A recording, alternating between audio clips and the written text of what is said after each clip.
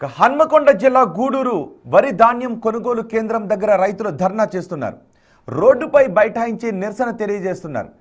వరి ధాన్యం కొనుగోలు కేంద్రాన్ని ప్రారంభించి వారం రోజులు గడుస్తున్నా ఇప్పటి వరకు ఒక్క బస్తా ధాన్యాన్ని కూడా కొనుగోలు చేయలేదు అని ఆవేదన వ్యక్తం చేస్తున్నారు.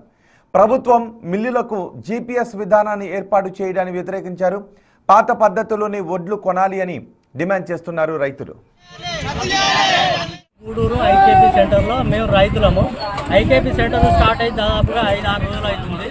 5-6 రోజుల తర్వాత మేము మిల్లులకు ఆన్లైన్ సిస్టమ్ వచ్చింది. ఇప్పుడు ఆన్లైన్ సిస్టమ్ ద్వారా మేము లోడ్ చేసుకొని మిల్లుకి అలాట్ అయిన మిల్లుకు పోతే వాళ్ళు ఏం చేస్తారంటే తాళం పెట్టి ఉంటుంది, మాకు ఏ సంబంధం లేదు, మేము కొనామని వాళ్ళు మమ్మల్ని మళ్ళీ వేరే మిల్లుకు చేస్తే వాళ్ళు కూడా తీసుకుంటలేరు.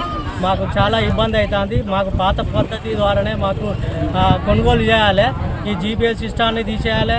పాత పద్ధతిలో మాకు 1 మిల్ల 2 మిల్ల అలాట్ చేసి మాకు సరైన న్యాయం చేయాలని మేము అధికారులను కానీ జిల్లా కలెక్టర్ కానీ సివిల్ సప్లై వాళ్ళని కోరుచున్నాం. బుధవారం రోజు ఐకేపీ సెంటర్ స్టార్ట్ చేయడం జరిగింది.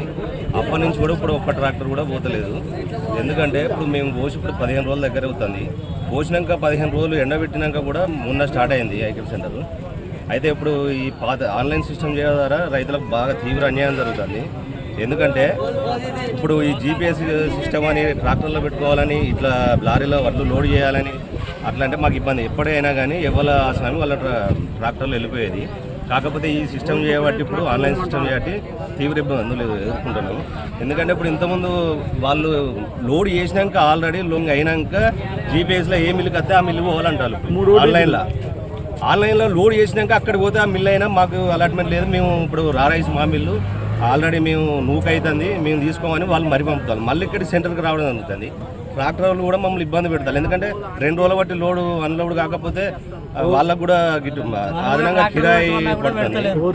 ఎందుకంటే మాకు వీలైనంతగా బాయిల్డ్ మిల్లులు అలర్ట్ చేస్తే ఇప్పుడు ఎందుకంటే టెంపరేచర్ ఎక్కువ ఉంటుంది కనుక నూక శాతం ఎక్కువనే అవుతుంది.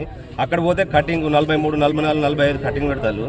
మా పట్ల కొంచెం ప్రభుత్వం ఆలోచించి పాత పద్ధతుల మాన్యువల్ ట్రక్ షీట్ ద్వారా ఇక్కడ రాసి పంపితే మాకు రైతులకు మేలుకరంగా